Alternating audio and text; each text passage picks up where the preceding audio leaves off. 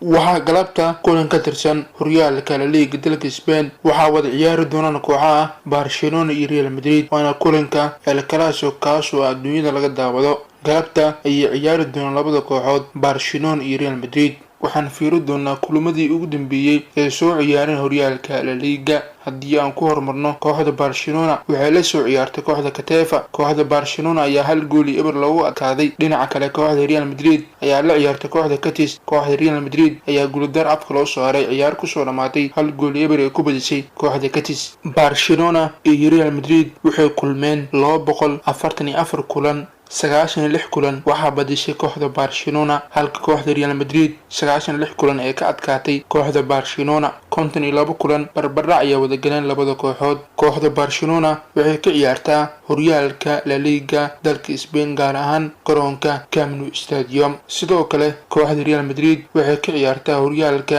La Liga dalka Spain waxayna ku ciyaartaa garoonka Santiago Bernabeu. kooxda Barcelona ayaa ku jirta kaalinta 9aad kala sareynta horyaalka La Liga dalka Spain 7 dhibcood ayay leedahay halka kooxda Real Madrid ay ku jirta kaalinta 3aad 10 dhibcood ayay leedahay. waxaan fiiri doonaa shantii kulan u dambeysay ee wada ciyaareen labada kooxood Barcelona iyo Real Madrid yaa badis badan.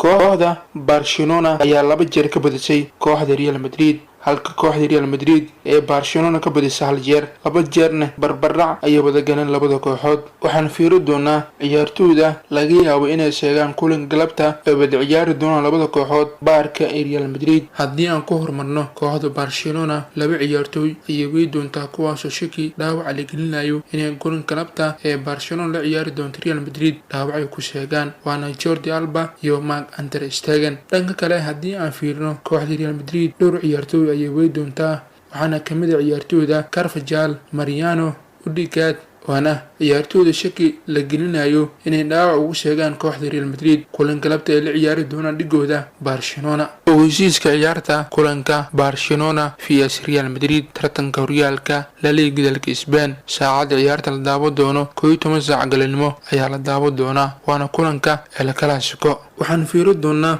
shaxda macquulka laga yaabo inay ku soo wadgalaan labada kooxood Barcelona iyo Real Madrid. haddii aan ku hormarno kooxda Barcelona dhanka goosha waxaan kusoo bilaaban doono Gulayaneto. afar daafac waa Sergio Roberto, Piqué, Lenglet, Desti. khadka dhexe Busquets, Tijonki, Philippe Coutinho. weerarka waxaa Barcelona u ciyaari doono Leo Messi, Ansu Fati, Anthony Griezmann. dhinaca kale haddii aan fiirino kooxda Real Madrid shaxda macquulka ay kusoo geli karto Gulayanetos. afar daafac waa Nacho, Ferran, Ramos, Marcelo. khadka dhexe Isco, Casemiro, Modric, Kroos. weerarka Vazquez iyo Benzema waana shaxda macquulka laga yaabo inay ku soo wadgalaan labada kooxood kulan galabta ee wada ciyaari doonaan El Clasico ciyaarta oo la daawan doono 11 saac galabnimo waxaana lagu ciyaari doonaa garoonka Camp Nou Stadium. soo socdaali kulanka xiisaha badan ee wada ciyaari doonaan kooxaha Barcelona iyo Real Madrid waana kulanka ugu daawashada badan caalamka ee El Clasico.